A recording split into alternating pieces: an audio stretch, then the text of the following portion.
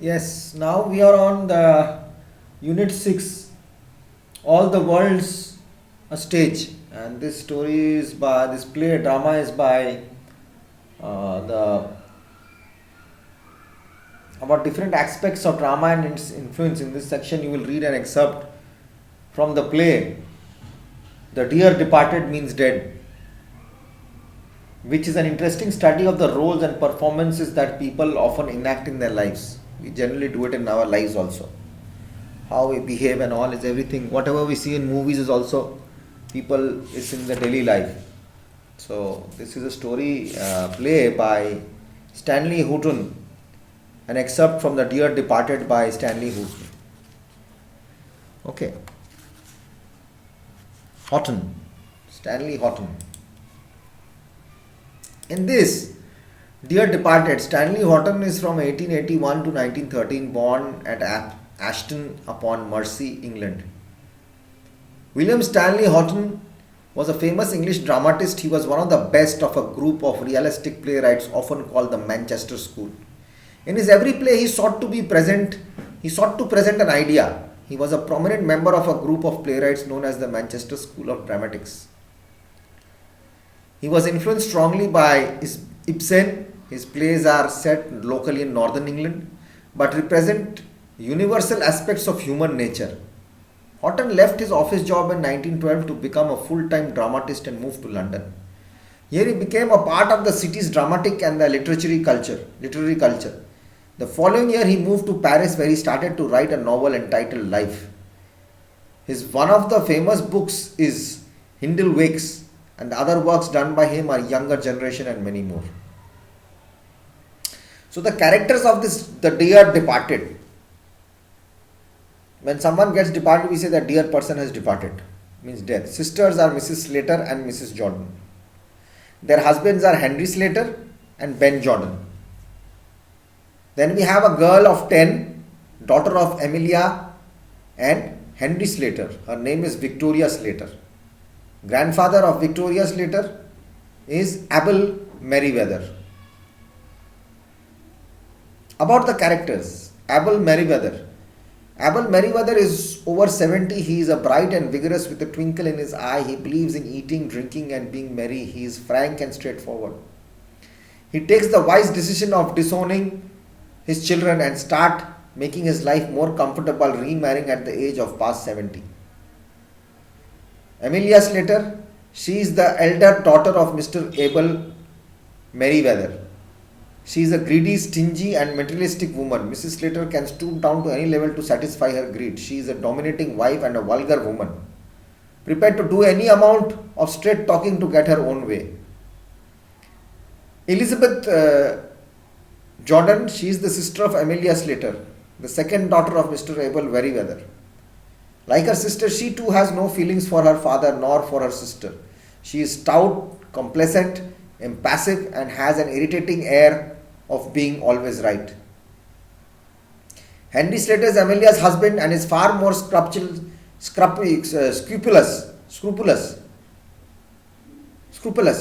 than any other person in this play. Wicked. He is more sensible than the other characters of the play. Hence he gives the logical suggestions while talking about the obituary notice to be given in the paper. He is a henpecked husband. Obituary means of death. Notice when you give on a paper, it's called obituary. Ben Jordan, husband of Elizabeth Jordan, the sister's husband, the younger sister's husband. And he's a jolly little man with a chirpy voice, accustomed to be humorous, but at present he's trying to adapt himself to the regrettable occasion. Someone is dead. Victoria Slater, a girl of 10. Victoria is an obedient child, very fond of her grandfather, and she has genuine feelings of love towards him. She is a precocious child.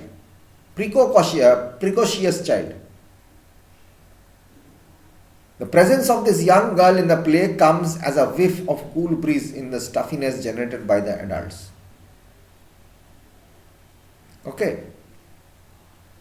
Basic summary I am giving, rest you are going to read and do it. In the play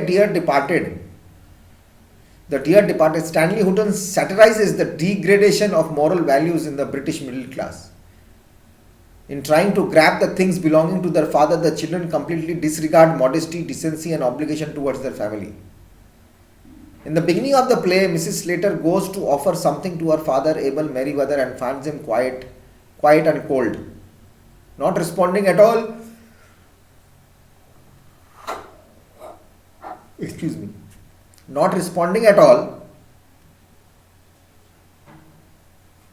He is motionless, so she declares that her father is no more. According to her sister and her husband, the Jordans are informed about the sudden demise of their fathers. Mrs. Slater and her husband are busy making arrangements for the mourning. You have to feel sad, you have to make the mourning, people are going to come and meet you, they'll see the body, they'll give respect to the body.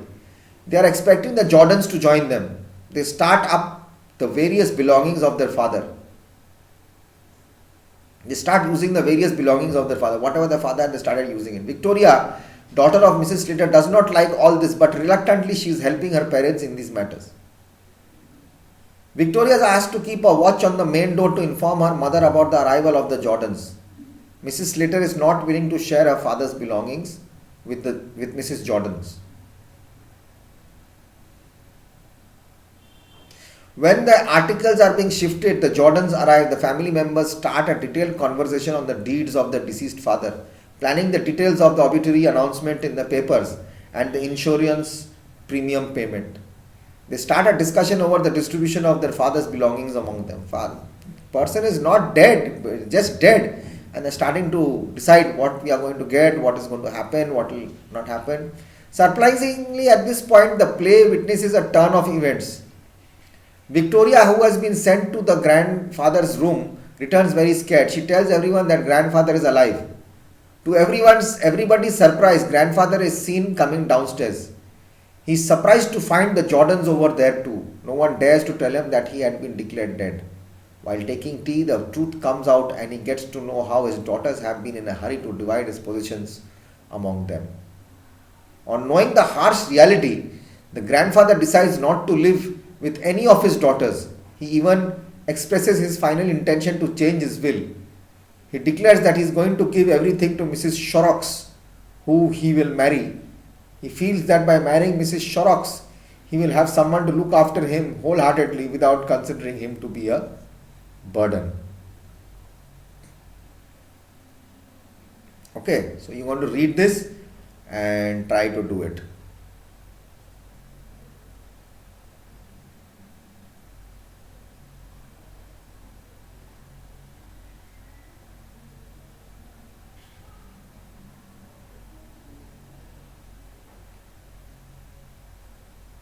Okay, so read it and do it. It's very easy. I have given you the explanation. Now you do it yourself. So next, what we have is a poem. No, not a poem. Yes, section 2. We have is here Theatres through the Ages, non-fiction.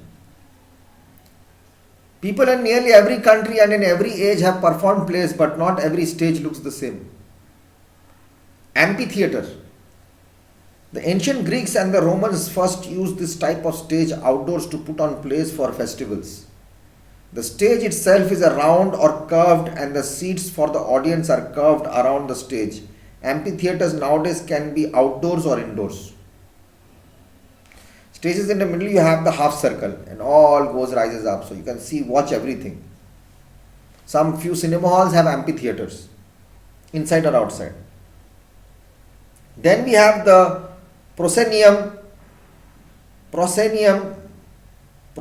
arch stage. It's like an arch. The stage is on a raised platform.